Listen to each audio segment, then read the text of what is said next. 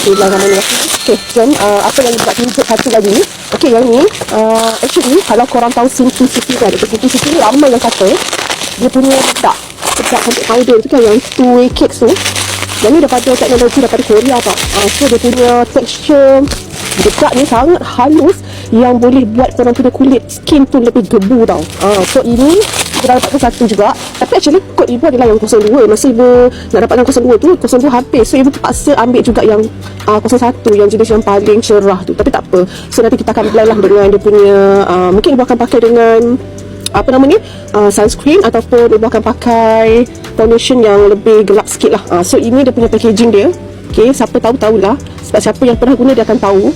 Okay, teknologi daripada Korea. So bila Korea ni punya, orang kata pembuatan daripada teknologi Korea ni kan, dia sangat baik sangat baik. So jom kita tengok dekat dalam. Dia punya tekstur sangat gebu, sangat lembut. Bila kena dekat kita punya skin, sangat-sangat memang lembut lah. Macam Mbak kata apa, Datuk T kan, nampak cantik kan. Kita tengok ni. Okay, bedak dia sangat cantik ya. So jom kak, kita tengok. Tada. Okay. So ibu ambil yang 01. So bedak dia sangat lembut sangat gebu.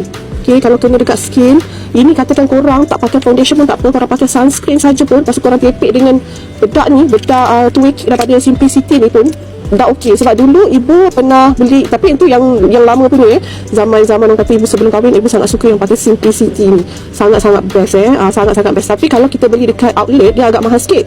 Kalau beli dekat TikTok, korang akan dapat lebih murah dan lebih jimat lah. So yang ni, kalau korang nak senang, nak pakai, nak nampak cantik, nak nampak gebu, elok, korang boleh dapatkan exclusive edition Simply Elegant two-way cake ni. Okay, senang korang pakai. Dia ada SPF 30 dalam ni, korang jangan risau.